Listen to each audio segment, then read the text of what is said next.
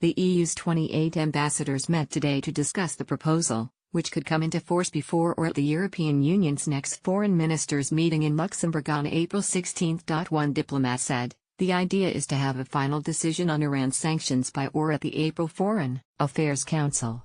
According to a confidential document seen by Reuters earlier this month, Britain, France and Germany proposed fresh EU sanctions on Iran over its ballistic missiles and its role in the war in Syria in a bid to persuade Washington to preserve the 2015 nuclear deal with Tehran. Reuters, citing two people familiar with the matter, claimed the joint paper was sent to EU capitals on March 16 to sound out support for the sanctions because they require unanimous backing if they are to be implemented. The proposal is part of an EU strategy to save the accord signed by world powers that restricts Tehran's ability to develop nuclear weapons, particularly in demonstrating to U.S. President Donald Trump that there are alternative ways to counter Iranian power abroad. Getty ballistic missile sanctions on Iran could be imposed next month on January 12.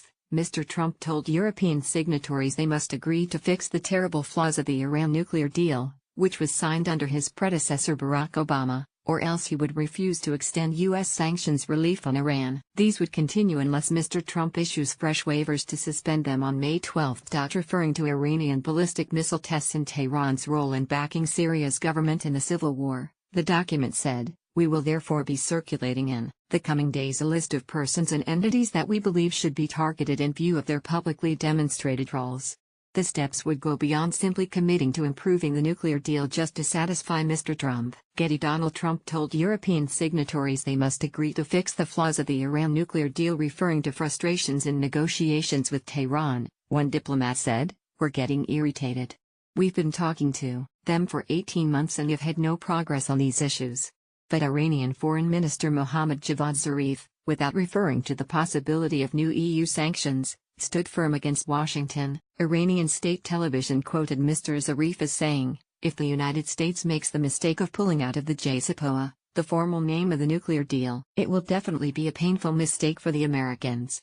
A joint document by Britain, France and Germany had said they were engaged in intensive talks with the Trump administration to achieve a clear and lasting reaffirmation of U.S. support for the nuclear agreement beyond May 12.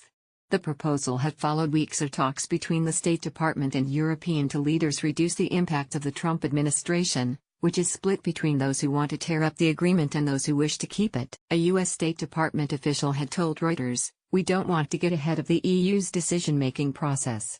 There is a broad agreement on the areas that need strengthening, but how that's done in each of the three areas is the subject of our negotiations."